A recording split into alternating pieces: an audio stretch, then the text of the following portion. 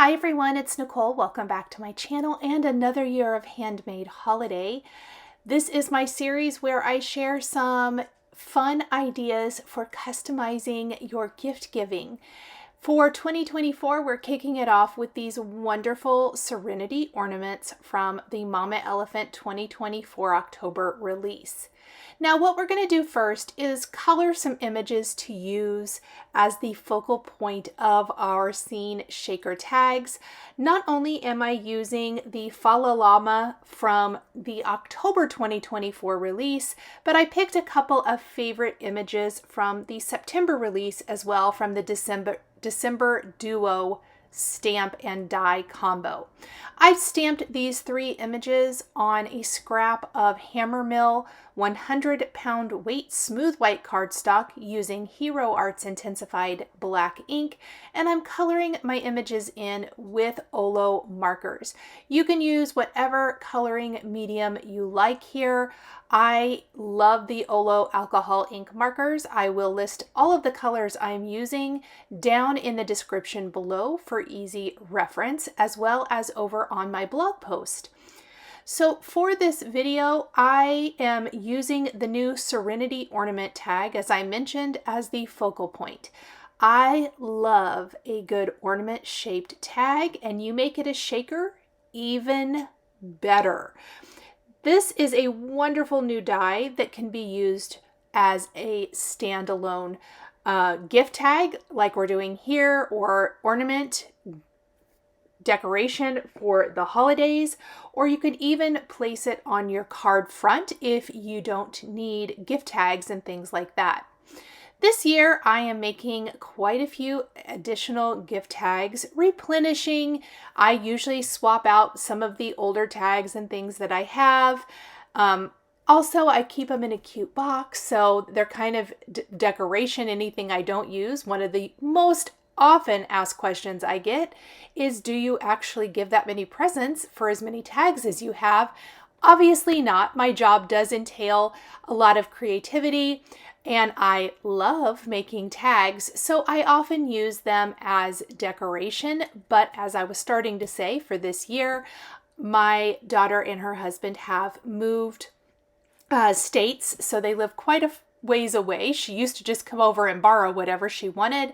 So this year I am making tags for her to have and hopefully be able to reuse for a few years. Now, they do get banged up over time. I do have quite a few tags that I've had since almost the beginning of this series. This is the 11th year of Handmade Holiday. But I did notice last year that some of them needed to be recycled, and that is okay. You know, I feel like I get a lot of good use out of them. Something else I was recently asked about gift tags was how I kind of keep them from year to year. My family is well aware that the rule is, when you open your presents, you do not rip and throw it all in the garbage. You pull the tag off. We usually throw them into a pile on a tray where we open our presents in our family room. On the footstool there's this tray that usually has candles. We usually just toss them in there, and then I clean them all up later on. But obviously, if I'm giving the tags on gifts to other people, there is no expectation. I make the tags for the joy of creating, and hopefully they enjoy them. But you know, if they don't want to keep them, I don't really think a lot about it. It's okay. It is for my joy. I do try to keep as many as possible. Every year during Handmade Holiday, I like to share a shaker tag idea. It is one of my favorite ways to, make a tag, make a card even, for that matter. Shakers are always so fun and an easy way to really create a beautiful gift tag. My goal with this is always to create something that could be used as a decoration later. I've talked many times about a little tree that I have in my craft room. I don't have floor space for an actual tree. I have a pretty small craft room, but I have a tabletop tree that I invested in several years ago that I decorate with some little battery operated twinkle lights, and then I hang some of my crafty felt ornaments. It's definitely a brighter type of tree. So think rainbowish crafting, whereas the other trees in my house are very themed and generally pretty traditional colors. I do a red and white tree. I also do a neutrals tree. So think creams, golds, greens, things like that. And I will hang tags like this that match those themes on those trees. Last year I did add a little skinny pencil tree to my bedroom with gingerbread theme, and it was really cute and fun. And I am doing that again this year, and I have lots of new ideas for some embellishing for that.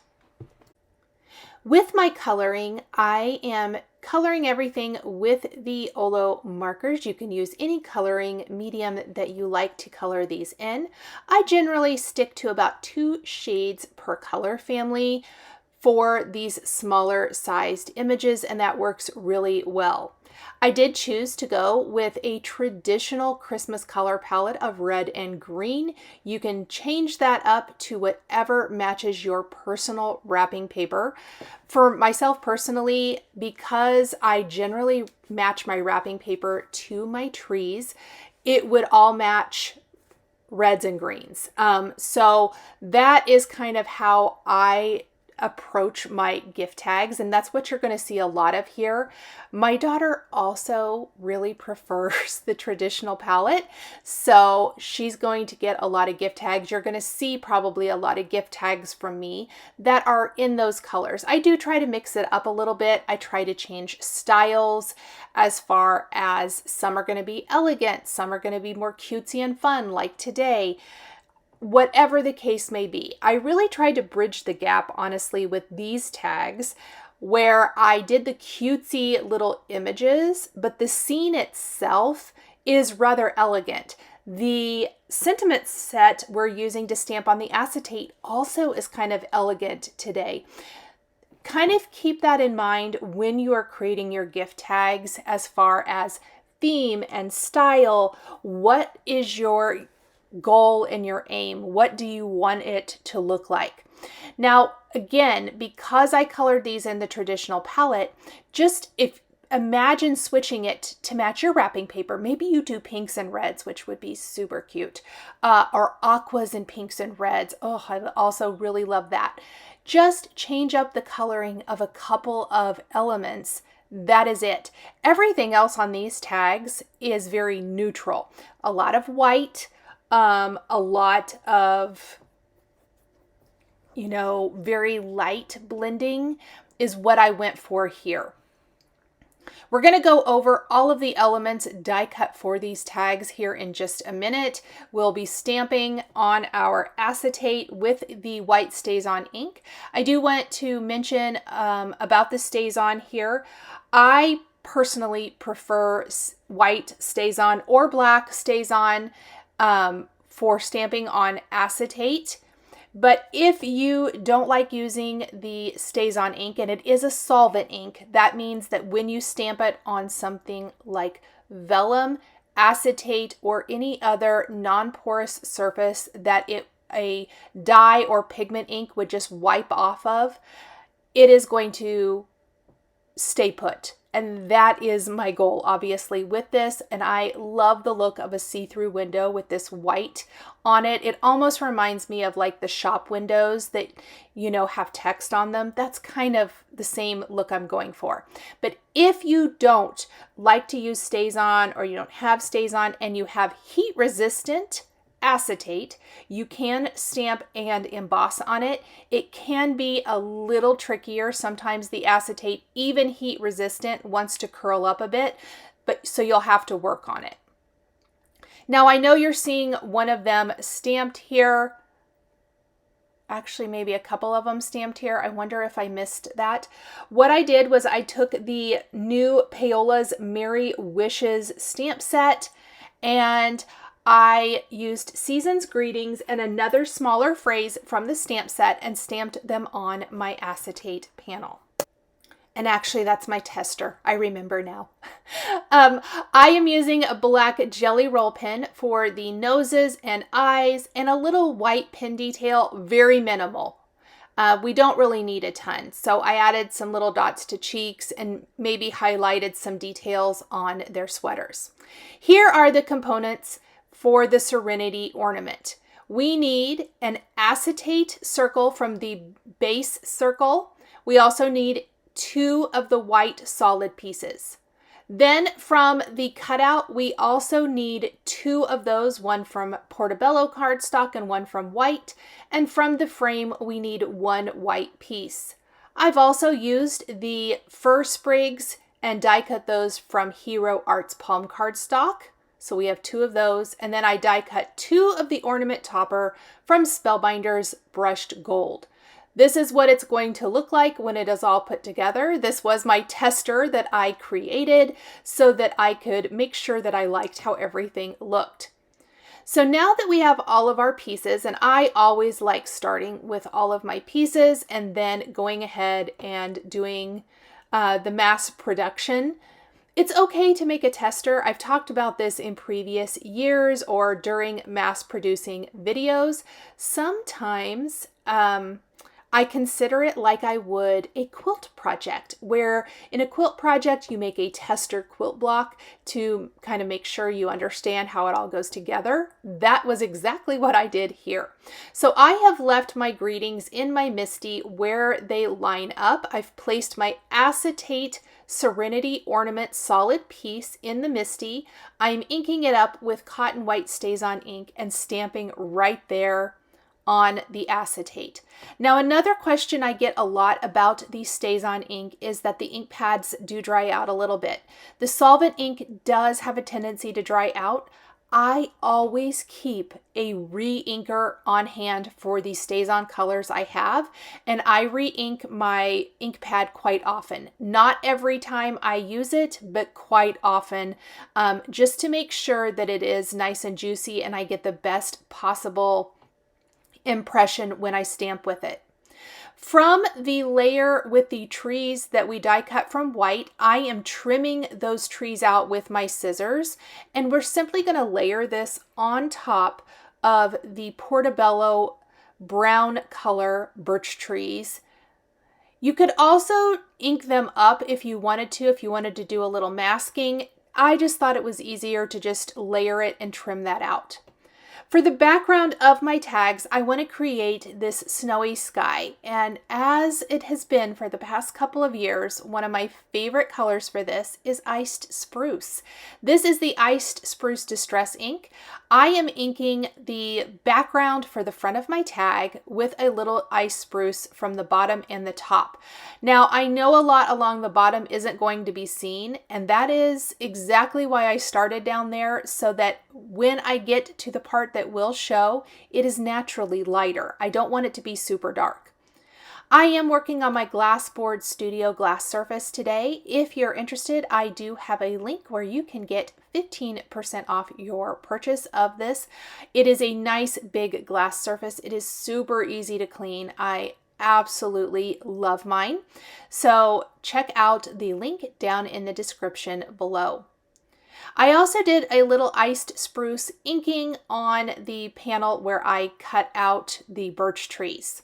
On the birch tree panel itself, I'm making sure all the little die cut pieces are popped out with my piercing tool, and we're going to take our glue press, add a little glue to the white layer, and glue it exactly over the Portobello layer for these tags.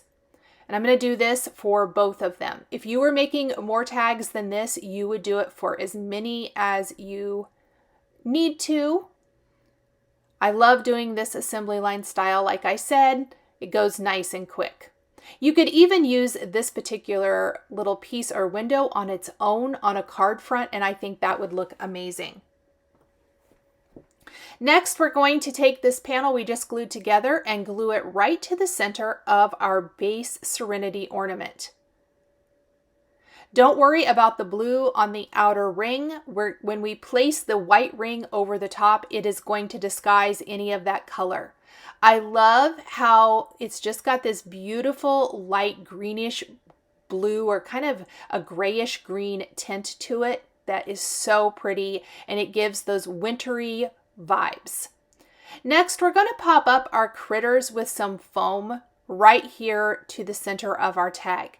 Now, yes, the text is going to cover up a lot of the image, but again, I'm okay with that. I did try to position them as much as possible in the upper part as it seemed natural for the scene, but I wanted this to almost look like I said, that shop window where you're looking through to what is on the other side. So maybe looking through, to this little wintry scene, whatever the case may be. I also am cutting off the top of the acetate layer topper. So we die cut that acetate from the Serenity full-size ornament, so it has the topper to it. I'm just snipping that off. We don't need that part, and it really kind of gets in the way. So I'm just going to cut that off, and then we're going to glue the solid frame to the acetate layer. Now we're setting both of those aside for just a second. We're going to just let that glue dry while we work on assembling the shaker. Now you're going to want to put the ornament topper in place for the front of your tag right now. So I am doing that with the brushed gold die cut pieces. I love that this die is included in this collection because I think it is essential for a very beautiful finished look. And once we have this in place, let's go ahead and just glue these to the back piece for both of our tags. I always like to finish with a full-size piece on the back. It also gives your tag a lot of stability. We're going to take these thin foam adhesive strips from Simon Says Stamp. These are my absolute favorite. And what's fun about this is it does fit all the way around the edge here, kind of outside of our birch tree layer. Now, you wouldn't have to do it this way, but it was a very happy accident that it did work out. Because we're making this a shaker, I do want to make sure that the foam meets all the way around. We're going to fill our shaker well with some Simon Says Stamp unicorn glitter today. I wanted something very thin for my shaker. And because I peeled off the backing paper from the front and the back of the foam adhesive, that is the only way to be able to manipulate it around curves like this, is to remove both sides. I am being very careful with my glitter that it doesn't stick to the foam adhesive. Once I'm happy with it, I am going to place my front right over top to secure it and then shake it up. The more you shake these tags, the more that glitter is going to move, and it gives you this wonderful snowy effect. We're going to place glue on the back piece and then line it up with the front. And now we have the front and the back of our tag assembled. It is so nice. It's nice and clean. It gives you a perfect spot to hand write the recipient's name if you're using these for gift tags. So pretty. Let's go ahead and do this for the second one, and then comes my favorite part, and that is embellishing these tags with some fun little additional goodies. It doesn't have to be a lot. In fact, simplicity often works great here. And today we're going to be using those little pine or fir branches that come with the Serenity die that we've die cut from green cardstock, and a ribbon or two. So we're going to make a ribbon bow that we secure to the top, and then we're going to thread a little gold twine through the hanger to make it that gift tag ornament. You can see I'm being very careful with my unicorn glitter, tapping it in, trying to keep it off of the foam as much as possible, just wiping it off of their faces a bit, and then we're just going to put the window right on top. And that seals it all in, giving us the sweetest little scene. So pretty and so elegant, even with the cutesy fun critters. So now we're going to put the back on here, and I am going to take my favorite bow making tool from Chantal's 141 design. There will be a link down in the description below if you're interested. And I'm going to use the 1.5 inch and do a figure 8 to make a bow. I have a full bow making tutorial coming in a bow and ribbon video, so stay tuned for that. It will be out, I believe, in about a week or so from when this video originally airs. And then I am going to take my scissors and I am going to fishtail the ends. Now, if they're a little too long, you can always adjust. In fact, if you layer them together, fold them in half, and then do this, they should be about equal, which works really nice. I didn't want my bow to overpower the ornament, so I often will choose the 1.5 inch size for most of my paper crafting projects. Most, not all, but you can see how you end up with a perfect bow every single time. Absolutely phenomenal. I am going to tuck the little branches in here. I want them to look like they're sticking out, and I chose only to do them out one side, but I think they would also be very cute out each side if you wanted to.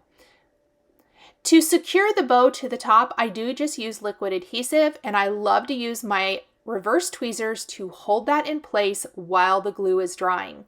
We'll thread through this May Arts gold cording, knot it, trim the ends, and we are finished with that one. Let's go ahead and do our remaining ornament so that we have a set of 3.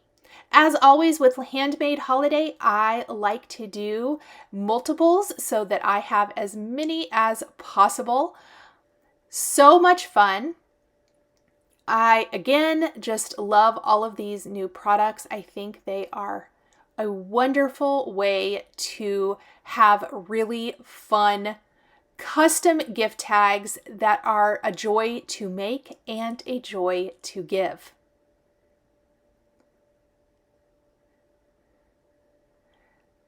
This particular ribbon is from Spellbinders. It's their Vivant line, and it comes in tons of colors, and I love all of them. Really, really fantastic, good colors. And again, you could customize that to any kind of color palette you particularly love. Thank you guys so much for joining me today for Handmade Holiday 2024 Day 1 with these Mama Elephant gift tag ornament shakers.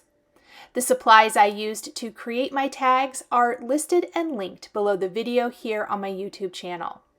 Thank you guys so much for joining me for today's video. Please be sure to like and subscribe and share with a friend. Thank you guys again for watching, and we'll see you in the next video. Bye!